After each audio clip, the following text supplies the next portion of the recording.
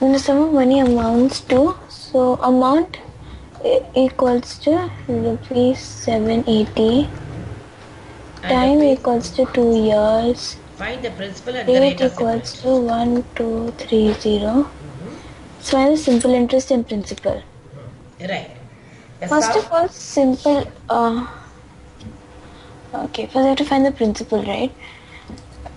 We do not know the principal, so let us assume the principal to be P itself. 1 minute. Yeah, okay. Yeah, okay. So principal equals to, assuming, instead assume 100. Okay? No, I am not going to assume it that way. You assume the principal as P itself because you are going to have two different equations involving the unknown P. So P equals to question mark. P is equal to, you assume it as P itself. Yeah. Yeah, Now, that's it. Just written question.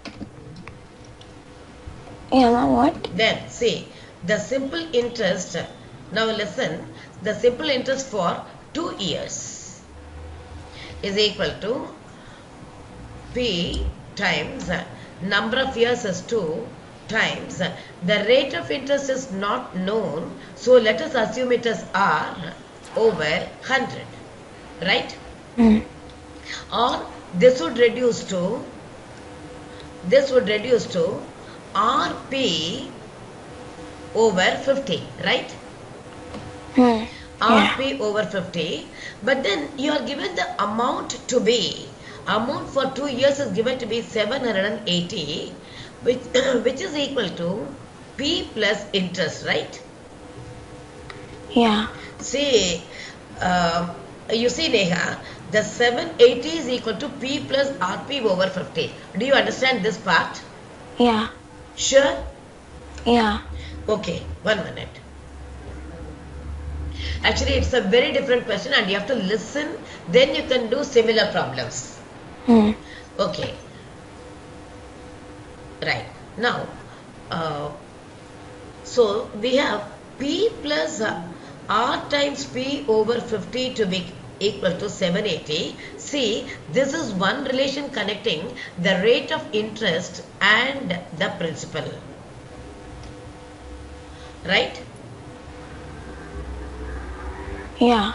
Now, there is one more relation connecting the rate of interest and the principal. What is it?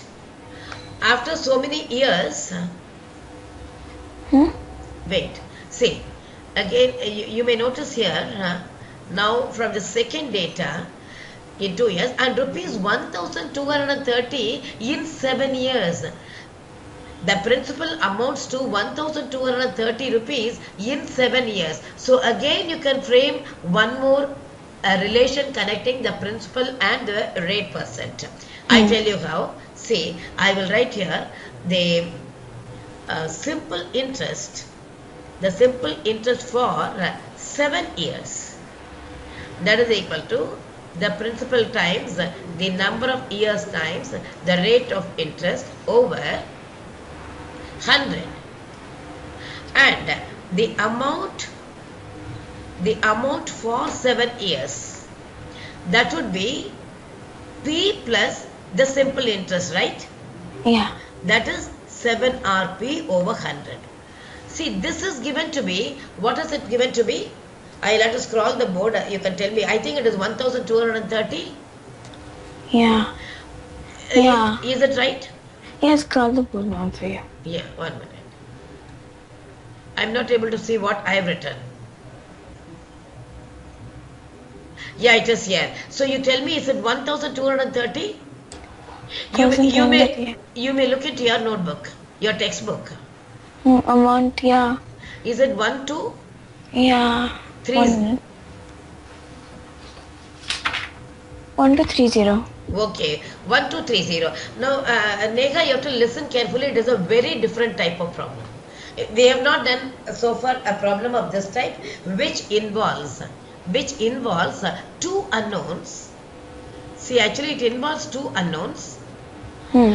See, principal is one unknown, the rate of interest is another unknown, and I tell you it is not even in the simplest form. It is in a little bit complex form. See, the P occurs separately, whereas the R and P together, right? Yeah. Okay, so you have to listen carefully. Now we have got two relations connecting the two unknowns, right? Yeah. Okay, now I will write one relation below the other. I am going to rewrite the two relations once again. Say P plus 7RP over 100 is 1230, and the second one is P plus it was RP over 50, is it? Yeah. Yes, it is RP over 50 is equal to 780. Okay? You understand?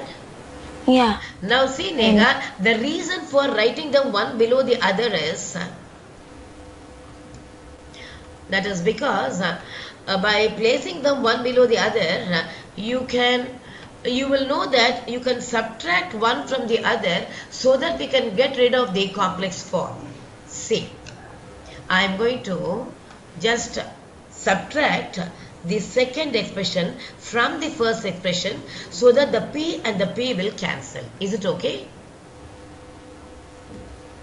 See, I will write here subtract. Okay, see now Neha, you just listen. For one problem, if you listen carefully, the rest of the problems you can solve it yourself.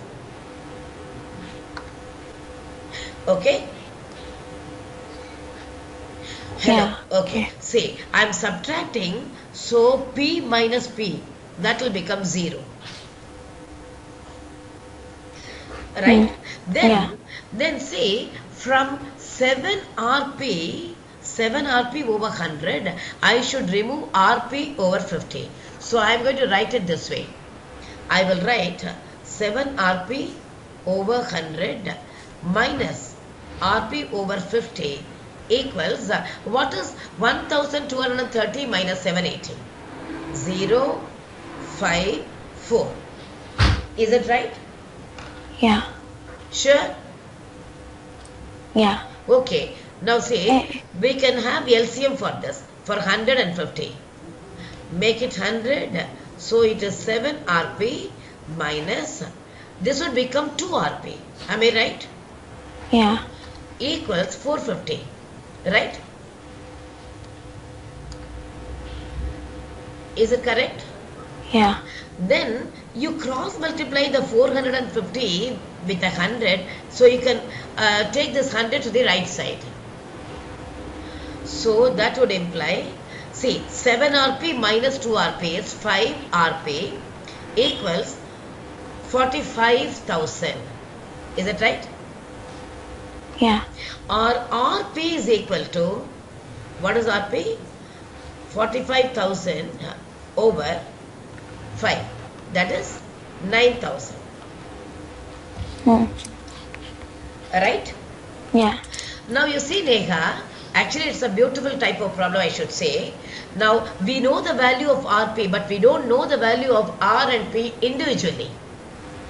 Yeah. RP equals to 9,000. But then see, we can place it in one of these equations, Neha.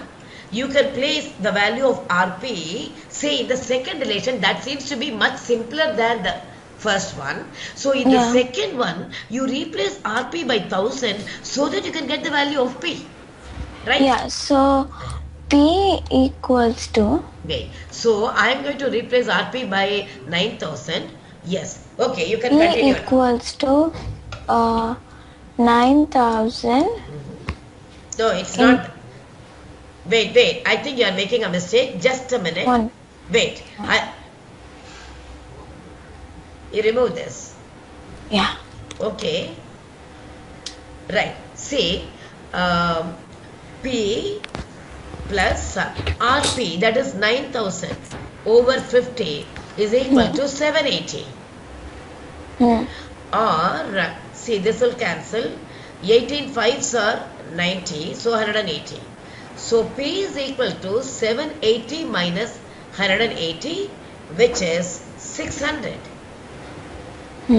So you see, so that's, we have got the value of P to be 600 rupees. So the 90% part is over. Now we have to find the rate percent. See, we have one relation like RP is equal to 9,000, out of which P is 600. So 600 times R is equal to 9,000. I hope you understand this part. Yeah. Okay, from this we can get R as 9,000 over 600, or that would amount to, what is it? 15. Yeah. So the rate percent is now 15%. I just want to know whether you have really understood this problem. Yeah, I understand. Okay, if you have a similar problem, we'll discuss that problem. Otherwise, I want you to do the same problem again on a different board.